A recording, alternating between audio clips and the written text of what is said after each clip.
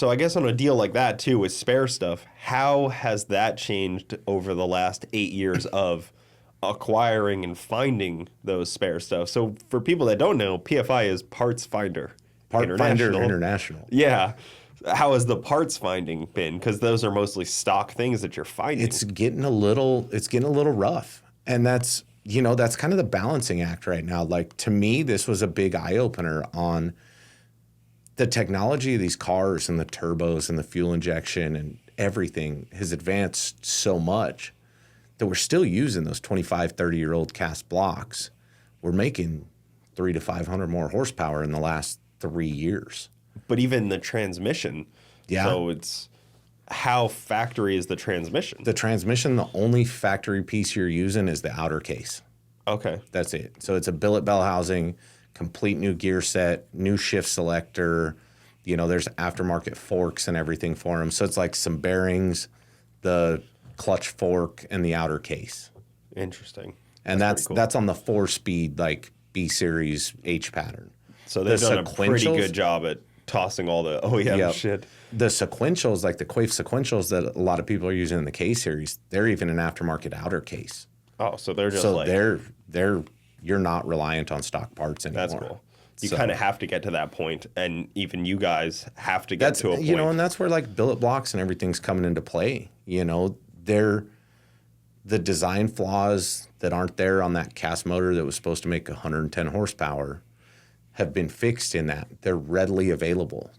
Parts Finders International, we had, stacks of them. We had shelves full of blocks. Yeah. And over the years, we've sold them all and used them all.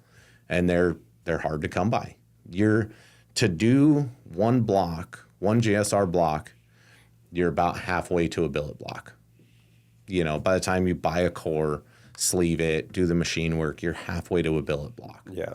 And that was a lot of my race program was I have a lot of this stuff. So I didn't have to spend my budget into a billet block. We had a plethora of it. But now it's just gotten scarce, and it's like fewer. Yeah, and it's a lot of those blocks you find little defects and little problems that after they've been used over the years. Well, the problem with a billet is we saw with like Kyle, he still needed a spare bullet. Yep. To keep with him. And that's the billet block isn't a save all.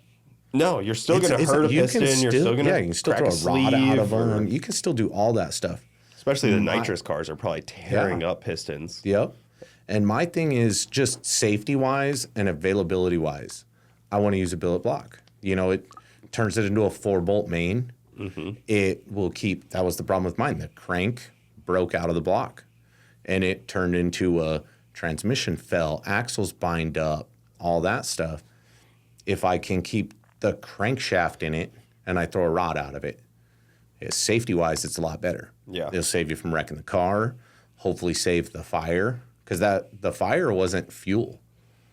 The fuel tank is still intact. It was the oil. Fuel lines are all intact. It was oil and the fuel that was in the oil. Mm-hmm. And it's a mechanical pump, so the fuel quit pumping immediately. Well, there's a lot of flammable fluids in the front of a car that people don't realize. Trans fluid is fairly flammable, especially automatic trans fluid, at least. Like in my car, that's just super flammable. Yep. But oil's obviously flammable. That was a big fireball. Especially if you put some methanol in your oil as well. That doesn't help. If your oil has ingested a little methanol. Yep. Guys, thank you for tuning in to the Bogetti Clips YouTube channel. For the full podcast, check us out on Bogetti Studios YouTube and all your audio platforms. Also, hit that subscribe button to not miss out on any of the new Bogetti clips coming up.